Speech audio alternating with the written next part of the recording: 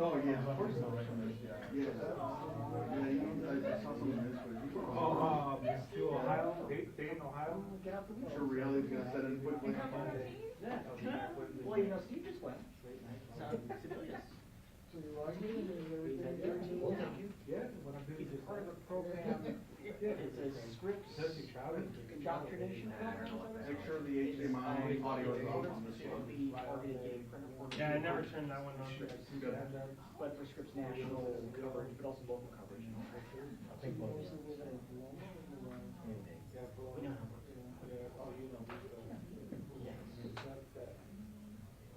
I'm actually in the big age weekend.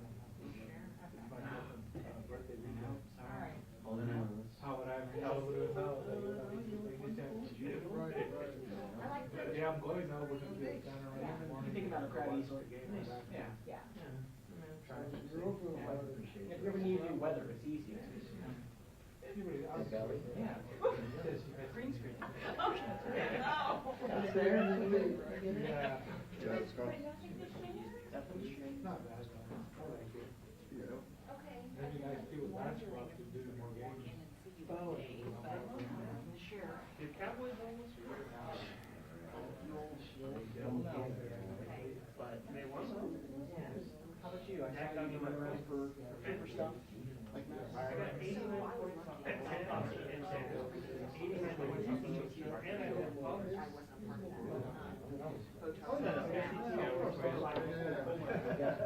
I think we just exchanged an email this week. Yeah. I thought with Crazy. Officer Wicks. Yeah. Were you guys part of the in person after I put so many times on the ceremony, the procession and all that? You guys see that? Yeah. Oh, that's you who they call. Yes, I was the one they called, yes. Yeah. So if it's the annoying guy that calls at night on weekends, it's me. Okay. How you doing? Were you in the newsroom? I don't know, I came from here, told me like 2:20, so I got hustled by North or south? Usually. Oh my God. Yeah, I started at 3, I was about to head to the apartment, sign in, but then Karen called me, like, we need you at Metro headquarters. Okay, geez, well, you made it just in time. Yeah, I was in trouble. Yeah. Hey man, come up on. Well, there's been a lot of, it's the end of the year, you know, for stations, contracts, or everything. Guys, if we can make sure our phones are on I silent. appreciate you. Morning there. Like end of the year, jobs, things like that. We laughed. He gets in there.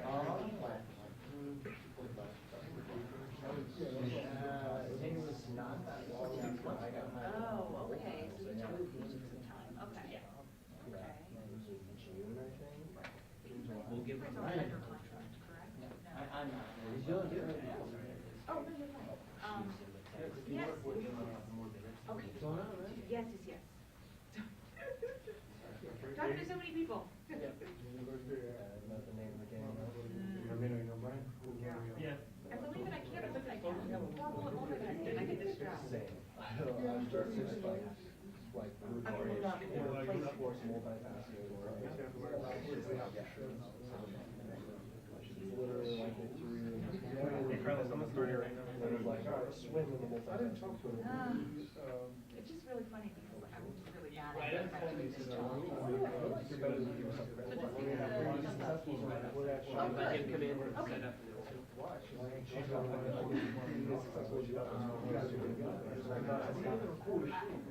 I think I'm on the low, like I make do.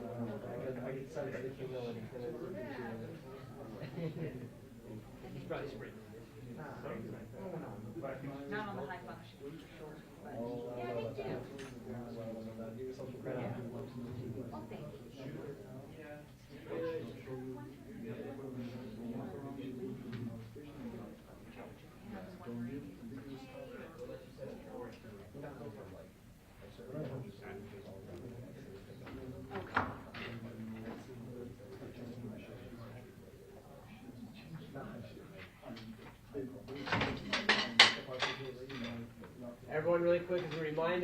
let the last camera set up. Please make sure your phones are silenced.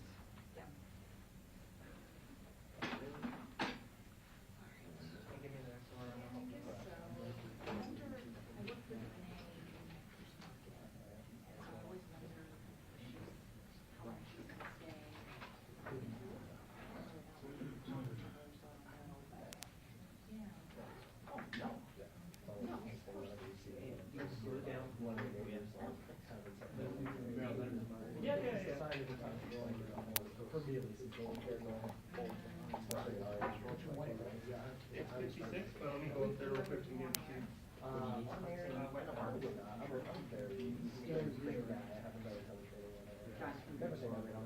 Never.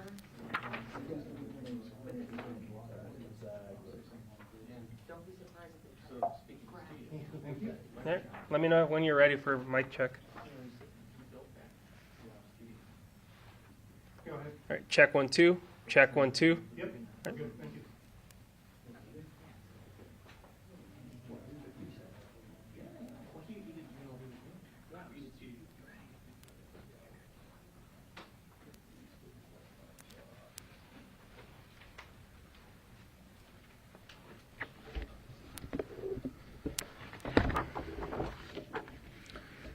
All right, everybody ready?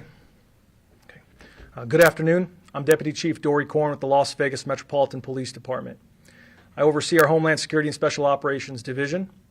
With me today is Assistant Special Agent in Charge Brian Percival with the FBI Las Vegas Field Office and Executive Director Carrie Underwood with the Southern Nevada Counterterrorism Center. We're here today to discuss the results of a terrorism investigation that began earlier this week. On Tuesday, November 28th, we uncovered a terrorism threat on a social media messaging platform. The threat involved a suspect that claimed he was commencing lone wolf terrorist attacks here in Las Vegas in furtherance of support for the Islamic State terrorist organization, also known as ISIS. As you can see from the message to my left, your right, this is part of the posting that was made. You can see here he announces that he will start lone wolf operations in Las Vegas against the enemies of Allah. He asks for support. He says that he's a supporter of the Islamic State. And he says that he'll make sure the Zionists in this city know it. Also included, if you can see in the right, the top right of that post was an ISIS flag and also some words in Arabic. Upon discovering this threat, we immediately initiated a multi-agency investigation. We also enhanced our security posture across the valley as a precaution, and we began to work very quickly to identify the suspect involved in this threat. Thanks to the hard work and collaborative effort by the FBI Joint Terrorism Task Force, the LVMPD Counterterrorism Section, and all of the partners of the Southern Nevada Counterterrorism Center, we were able to identify the suspect and his location within hours of uncovering this threat. The suspect is a 16-year-old juvenile who is local to the area and a recent convert to Islam. Our continued investigation that night revealed additional concerns regarding the validity of the threat, and at that point we immediately initiated a search warrant. The LVMPD SWAT team served that search warrant, and we were able to take the suspect into custody without incident. Our search revealed numerous items of concern to include terrorism propaganda and materials that indicated the suspect's intent to commit an act of terrorism. Some examples that were recovered included a handmade ISIS flag, which you can see a photo of, ISIS and Al-Qaeda propaganda, radicalization materials, and general guidance for conducting a terrorist attack, a handmade ISIS headband and patches, self-portraits of the suspect wearing these items and surrounded by ISIS propaganda, self-produced terrorism propaganda material in support of terrorism and anti-Semitic threats, as well as components for building an improvised explosive device and bomb-making recipes and instructions. As a result of this search and our overall investigation, we charged the suspect with multiple felonies to include terroristic threats, attempt to further an act of terrorism, providing material support to a terrorist or terrorist organization, and 5 counts of possession of explosive components. The suspect remains in custody, and we're working closely with the Clark County District Attorney's Office to prepare for prosecution. It's important to note, we believe this is an isolated threat that we were able to quickly mitigate. There is no indication at this time that there is any additional threats or further threats to our community. The fact is we have one of the best counterterrorism operations in the world that's here in Las Vegas. The exceptional level of collaboration between the FBI, LVMPD, the Department of Homeland Security, and all of our Fusion Center partners is unprecedented, and it's consistently proven invaluable, as evidenced in this case.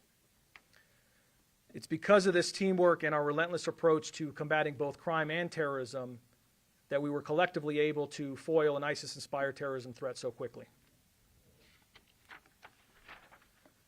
With that said, I also want to remind everyone that we do discuss quite a bit the importance of our See Something, Say Something message and the importance of remaining vigilant and asking our community to report suspicious activity.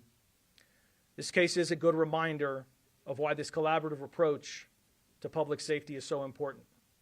If you see something, say something. It's not just a tagline, it's a commitment that we ask everyone in our community to uphold. So no matter who you are, if you have a role in this community, we're asking you to please continue to report suspicious activity so we can stay ahead of these types of threats. I'll just wrap up by saying thank you for everyone that took the time to be here today, and a special thank you to all of our counterterrorism and law enforcement personnel who continue to work tirelessly to keep this community safe. And before I open it up to questions, please understand we're early into the investigative process. Please, we ask you to be patient with us, as some of the details may be limited at this time. With that, we can take a few questions. Yes, sir. How did you guys initially find out about these social media messages? So there were multiple reports of the social media message, but the details of how exactly we moved from that beyond that point, we can't release at this time. As far as the suspect's parents, what do we know about them? Was he living in their house? The suspect was living with multiple siblings and his mother and I believe a stepfather. As of now, as I said earlier, it's an isolated threat involving him, and we don't believe that there's any additional threats to the community.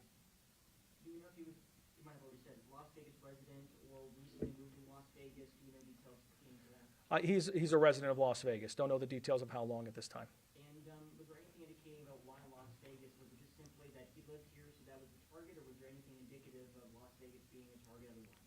No, as I said earlier, we're really early into the investigation. The important thing here is to highlight the effectiveness and efficiency of our counterterrorism operations and to reassure the public that everyone is safe, the system worked, and we'll continue to work tirelessly to make sure that this community continues to be safe. But some of those details we cannot provide at this time.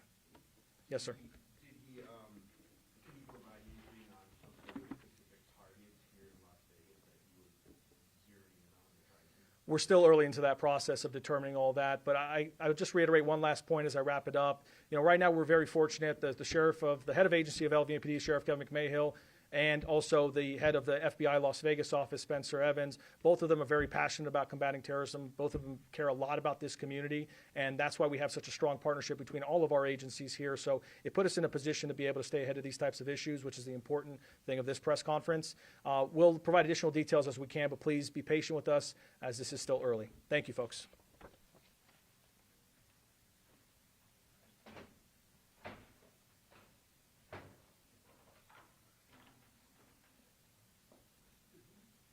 Is there a way we could go through each one of the pictures? Of course. You guys ready? No. Yeah, front. Up front, yeah. We couldn't shoot the screen.